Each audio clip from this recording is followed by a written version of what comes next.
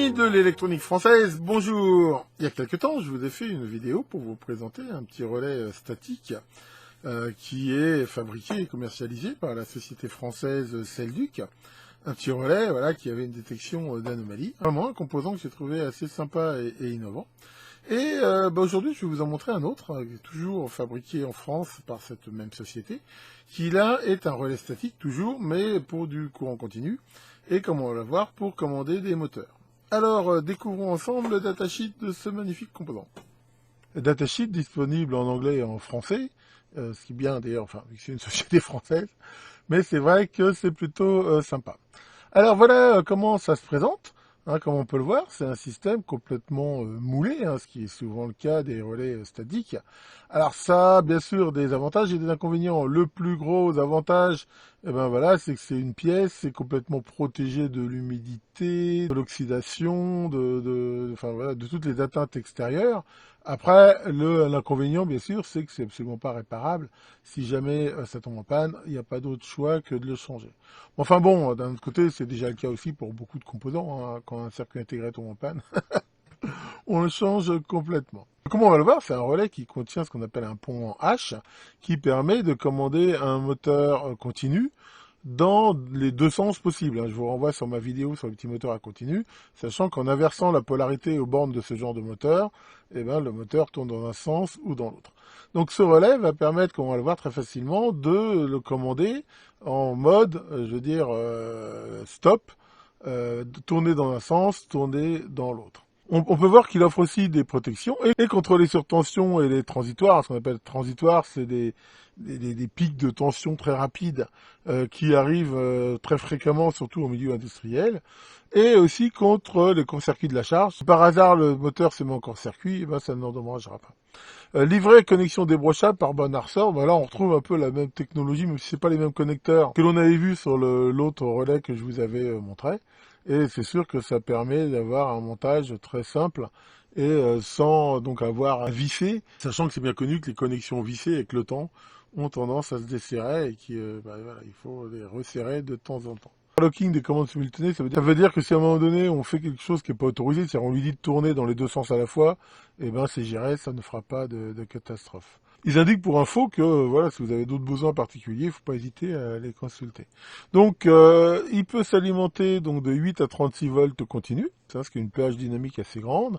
Alors bien sûr, c'est fait pour du courant continu, pour commander le moteur à courant continu, donc faut bien sûr pas l'utiliser en alternatif. Et il peut tenir donc jusqu'à des charges de 10 ampères, ce qui ma foi est quand même pas mal, ça fait déjà des beaux moteurs. Comme j'ai dit, il y a des protections. Et alors, par contre, ce qu'il faut faire très très attention, c'est ça. C'est généralement, quand on entend un relais, on entend deux choses. On entend le côté de pouvoir commander une charge très importante avec une commande qui, elle, est à faible courant, mais aussi d'avoir une isolation galvanique entre la commande et la sortie. Ce n'est pas le cas, clairement, de ce relais. Donc il n'y a pas d'isolation, il ne fait que ce côté commande. Alors sachant que, comme on va le voir, il n'y a rien qui interdit éventuellement, si on en a besoin, de commander les entrées via des photocoupleurs qui apporteraient là cette isolation galvanique. Mais voilà, à la base, il n'y en a pas. Donc ça, l'important c'est de le savoir. C'est pas forcément dans plein d'applications gênant en soi, mais il faut le savoir. Donc là, on retrouve le synoptique du système. Donc on retrouve bien ici ce pont H, avec les 4 MOSFET. Et je rappelle, je vous avais déjà montré ça, que si aucun des MOSFET n'est passant, le moteur c'est comme s'il n'était pas connecté. Si on connecte celui-ci et celui-là, on voit bien que ça passe comme ça avec le plus à gauche, donc le moteur tourne dans un sens. Si par contre on commande ces deux-là, c'est pareil, mais le plus arrive à droite, ce qui inverse bien le sens. Donc on a bien sûr ce truc-là, sachant que ce qu'il faut évidemment éviter dans ces trucs-là, c'est de commander en même temps les deux résistors, ce qui fera un court-circuit. Enfin ça c'est justement le rôle ici de la logique qui évite ça. On retrouve ici là des diodes de protection, il y a probablement des capacités, des snubbers. Là c'est vraiment un synoptique, c'est pas du tout le schéma complet. Donc voilà, on a bien ici le moteur donc, qui est commandé ici. Là, on peut voir qu'il y a l'alimentation. Alimentation qui, en plus, est protégée par une diode, qui, ma foi, est plutôt une bonne chose. On a ici ce power on switch, c'est-à-dire, en fait, il y a une possibilité de commande du on-off, indépendamment du sens. Et on retrouve après ici ces deux commandes. stop, reverse, forward. Et ça, comme on va le voir, il suffit de connecter l'entrée stop, en fait c'est la masse, c'est le moins, soit à 5, soit à 4, reverse forward, et ça va le faire tourner dans un sens ou dans l'autre. Alors comment ça s'utilise? Ça s'utilise de façon très très simple. On va mettre ici l'alimentation, alors ça peut être une batterie, ça peut être n'importe quelle source de tension, du moment qu'elle est comprise dans les bornes acceptables et bien sûr dimensionnée par rapport au moteur. Donc là, on branche tout simplement le moteur, il n'y a pas besoin de rajouter quoi que ce soit. Là, on voit qu'il y a des connecteurs qui ne sont pas utilisés. Et on a ici la commande on. Donc ça, il va falloir la strapper si on veut que ça fonctionne tout le temps. Ou là, voilà, on a un bouton marche. On peut aussi, bien sûr, y mettre un interrupteur à clé, un interrupteur coup de poing, par exemple, si on veut pouvoir l'arrêter facilement. Et là, on va avoir la commande de sens. Donc, comme je l'ai dit, voilà, il suffit de relier stop soit à forward, soit à reverse, sachant que quand aucune des nœuds n'est branchée, le moteur est arrêté. Donc là, on voit que c'est fait par un interrupteur. Mais rien n'empêche, comme je l'ai dit, si on a besoin justement d'isolation, d'utiliser un photocoupleur ou de mettre ici des transistors NPN, par exemple, ça marcherait très bien, voire des MOSFET. Enfin, on peut faire un peu ce qu'on veut. La commande n'est pas forcément manuelle. Ça, c'est pas. D'ailleurs, ils le disent bien ici, par contact ou par électronique. Donc voilà, on voit que c'est quelque chose d'une utilisation très très simple. Et on peut voir là que, voilà, on voit ici les cycles de commande, sachant qu'on a ici cette phase ici qu'ils appellent de roue libre, que le moteur en fait est court-circuité, voilà, par les deux branches du pont, ce qui va avoir tendance de le freiner. Je rappelle que quand on court-circuite les bornes d'un moteur à courant continu, et ça a tendance à le freiner. Donc ça va avoir tendance à l'arrêter, je veux dire très rapidement. Et une fois qu'il est arrêté, il va éventuellement repartir dans l'autre sens. On peut aussi voir, bien sûr, que si le commande on-off est sur off, bien sûr, ce qui est logique, les commandes de sens, là, sont désactivées et ne fonctionnent pas. Pour info, il est aussi bien sûr tout à fait possible de mettre des contacts de fin de course. Je rappelle que le principe des contacts de fin de course, imaginons un moteur qui entraînerait une vis sans fin. Quand le vérin atteint la position maximum dans un sens ou dans l'autre, il faut bien sûr arrêter le moteur, sinon ça force et ça fait des bêtises. Et là, c'est de façon très classique, si on voulait mettre ici des contacts de fin de course, il suffirait de les mettre en série, de mettre des contacts normalement fermés, en série avec reverse ou forward. Et à ce moment-là, voilà, on voit que si là, par exemple, je me switch sur reverse, le moteur tourne, quand il arrive au bout, le contact qui sera en série ici s'ouvre, il arrête, mais qui n'empêche pas de partir dans l'autre sens. On peut voir que le type de signal est impulsionnel, ce qui veut dire que, en fait, c'est pas tout, c'est tout ou rien. C'est-à-dire, en fait, quand le contact est fait, le moteur tourne, dès que le contact n'est plus là, le moteur s'arrête. C'est pour ça qu'on dit impulsionnel. Ça pourrait par exemple être un système de mémoire, mais là c'est pas du tout le cas. On voit qu'il faut utiliser un courant de commande qui est faible. Il faut laisser passer 10 000 ampères, mais enfin voilà, 10 000 ampères, c'est quand même quelque chose de très très faible. Et là on voit bien le côté amplification du relais, 10 000 ampères pour commander 10 ampères. C'est bien sûr très différent. Il faut que les contacts tiennent au moins 5 volts, ce qui prouve que la logique interne est sans doute soumise à cette tension, et qu'il peut y avoir éventuellement une chute de 1 volt aux bornes. On peut aller jusqu'à 100 mètres de fil, on va dire, entre les commandes et soit l'interrupteur, soit les fins de course, et on peut voir que voilà, ça laisse quand même beaucoup de marge. 100 mètres, c'est quand même relativement énorme, et il faut que les contacts fassent moins de 100 ohms, ce qui sera quand même généralement le cas. Donc là, voilà, comme j'ai dit, 8,36 volts. Faut pas dépasser des crêtes de 60 volts. Ça consomme 20 000 ampères, c'est-à-dire indépendamment de la consommation du moteur, le système consomme 20 000 ampères, ce qui, ma foi, est quand même très faible. Et on voit qu'il y a des protections, justement, entre les surtensions et les transitoires. Alors, ils ont mis Transil. Alors, je rappelle que Transil, c'est une marque. On appelle ça plutôt des TVS, des Transient Voltage Suppressor. Transil, c'est une marque, c'est un petit peu comme Frigidaire. Enfin, c'est vrai que moi, le premier, on a tendance à utiliser des noms de marques qui sont devenus finalement indissociables de l'appareil qui leur est associé. Voilà, protection contre une inversion de polarité, oui. On a vu, c'est cette diode, ce qui fait que si par hasard on branche à l'envers, ça ne le détruira pas. Et là, on voit aussi tout ce qui va être la sortie puissance, sachant que voilà, on peut aller à 24 volts jusqu'à 240 watts. On peut voir que ça accepte des surcharges non répétitives de 215 mA. Bon voilà, je ne vais pas tout détailler, mais on peut voir que bien sûr, ça correspond à beaucoup de cas d'usage. On a une résistance on ici, voilà, qui est très très faible, 18 milliohms. C'est quasiment comparable à ce que ferait un relais, sachant que bien sûr, plus la température augmente, plus elle a tendance à augmenter un petit peu. ce qui est normal. Alors là, on retrouve les caractéristiques des connecteurs. Bon, c'est pour mettre avec du fil de 2,5, quelque chose de très très classique. Et les normes, qui a priori sont en cours de normalisation. Et à la fin, on a quand même ça, qui est une courbe de ce qu'on appelle le dérating, en fonction de la température, sachant que, voilà, on peut voir qu'en gros, passé 70 degrés, le courant de charge, ici maximum, baisse. Bon, enfin, déjà 70 degrés, c'est assez haut. Et on a cette courbe aussi importante qui montre justement les surcharges admissibles. Hein, on peut voir que, voilà, on peut avoir c'est le rapport cyclique, c'est-à-dire on peut avoir, on va dire, pendant 1% du temps, une surcharge de 220 ampères, ce qui est, ma foi, très très élevé. Et sinon, on peut avoir comme ça des surcharges importantes, mais voilà, pendant un temps limité. Hein.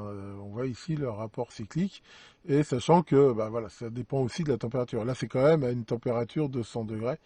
Hein, de toute façon, on voit que ce système peut être monté sur un radiateur si éventuellement il y a besoin. Alors pourquoi c'est intéressant? Parce que, comme je vous l'avais expliqué, les moteurs à courant continu, quand ils se mettent en route, ils ont tendance à avoir un appel de courant qui est assez fort. Et voilà, c'est-à-dire que même un moteur qui consommerait, je sais pas moi, plus 10 ampères, il est tout à fait possible que, surtout s'il est en charge, il est chargé par une charge mécanique, quand il démarre, il est ici ce pic de courant au démarrage. Mais voilà, tant qu'on n'en abuse pas, je veux dire, dans le temps, ça peut le tenir sans problème. Et finalement, on a ici les dimensions. Alors, c'est de blabla, et maintenant, faisons une petite démonstration. J'ai monté le système, comme on peut le voir, c'est très très simple à fonctionner. Donc, comme je l'ai dit, j'ai mis ici une alimentation de 12 volts. J'ai ponté là le système on, en gros, je veux toujours qu'il soit en route. Et j'ai mis ici un fil qui va me permettre donc de commander l'ordre en avant, en arrière. Et j'ai branché ici un moteur qui a un réducteur, et sur lequel j'ai mis ici ça pour qu'on le voit bien tourner. Donc quand il est comme ça, il est à l'arrêt, hein, donc il consomme voilà, très très peu, hein, juste les 20 mA indiqués dans le datasheet qui sert à alimenter la logique interne. Et là, on peut voir, voilà, là il tourne dans un sens, et ici il tourne dans l'autre sens. Alors, on peut voir que quand je coupe, là ça s'arrête de façon assez violente. Et pourquoi ça s'arrête de façon violente? Justement avec ce qu'ils appellent ce système de roue libre. C'est-à-dire qu'au moment où j'arrête la commande, et ce qui se passe, c'est que voilà, ça court-circuite le moteur, ce qui a tendance à le freiner, et de façon assez violente, hein, vu que il y a bien sûr l'inertie là de tous les pignons à l'intérieur.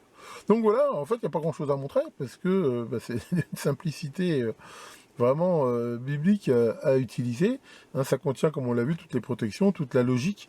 Donc ça simplifie bien sûr grandement la conception de systèmes qui va utiliser des moteurs à courant continu, comme on peut trouver sur des tas d'automatismes, des chaînes de montage, des robots, tout ce qu'on veut. Alors, on m'a déjà posé un peu la question, pourquoi utiliser un relais finalement? Imaginons qu'on ait une commande manuelle qui empêche de commander le moteur directement avec les interrupteurs. Ce qui empêche de faire ça, il y a plusieurs choses. D'abord, comme on peut voir, un moteur, imaginons un moteur qui consomme 10 ampères, hein, c'est la charge maximum, mais même 8 ampères, pour commander un tel moteur, il va falloir beaucoup de courant. Et ce qui dit beaucoup de courant dit d'avoir des fils de section importantes, dans la mesure où, voilà, si le fil est trop fin, il aura une résistance qui va je veux dire, baisser énormément la quantité d'énergie disponible par le moteur. Donc, si on va commencer déjà à mettre ça dans les commutateurs, si le commutateur est relativement loin, si les contacts de fin de course sont loin, voilà, on a vu que ça pouvait aller jusqu'à 100 mètres, et même 10 mètres.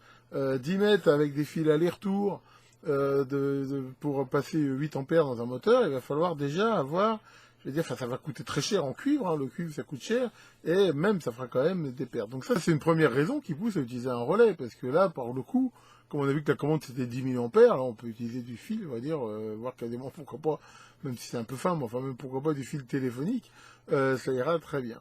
Il y a une autre raison à ça, c'est aussi l'usure. Je rappelle qu'un moteur électrique, c'est une charge inductive, donc même si on met des protections, au moment de la commutation, voilà, ça fait un appel de courant, ça peut toujours faire un petit peu d'étincelage, et même le meilleur des relais, les contacts vont finir par s'user. Et plus ils s'usent, plus ils ont tendance à charbonner, comme on dit, à avoir, je veux dire, un contact qui est mauvais, donc avec une résistance plus élevée, et plus la résistance est élevée, plus avec le courant qui passe dedans, il chauffe, et il y a un petit peu une sorte de phénomène d'emballement, et les relais statiques, par définition, il n'y a pas de contact, donc ils sont beaucoup moins sujets à ce genre d'usure. En même temps, c'est complètement insensible, par exemple, aux vibrations, trucs comme ça. Pas forcément le cas d'un relais. Il y a aussi, comme on l'a vu, le fait de pouvoir commander ça par un automate, un microprocesseur, enfin n'importe quel système. Bah voilà, ces systèmes-là, généralement, ne sortiront jamais d'assez de courant pour pouvoir commander directement un moteur, surtout dans les deux sens. Comme ça. Donc voilà, enfin pour toutes ces raisons-là et bien d'autres, on a toujours tendance en effet à utiliser des relais. Et ce genre de relais tout fait, protégé, monolithique, c'est vraiment un plus. C'est vrai que des fois ça peut avoir un coût plus élevé qu'un contacteur ou un relais mécanique. Maintenant, c'est toujours pareil, il faut regarder la fiabilité, combien de temps ça va durer dans le temps. Enfin, c'est comme toute chose, il faut toujours mettre tous les avantages et les inconvénients en face du prix et de regarder le ROI, hein, le Return on Invest de l'ensemble. Voilà pour cette longue présentation, hein, mais je pense que c'est toujours intéressant de décortiquer un petit peu ce composant.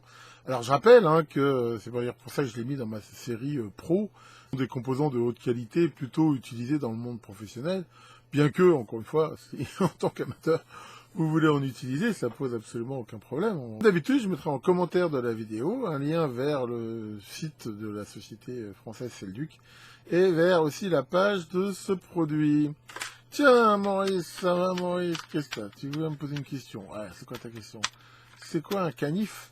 Un canif? C'est un petit chien, pourquoi? C'est Maurice. Que le grand Selduc fasse bien tourner vos moteurs et à très bientôt pour de nouvelles vidéos.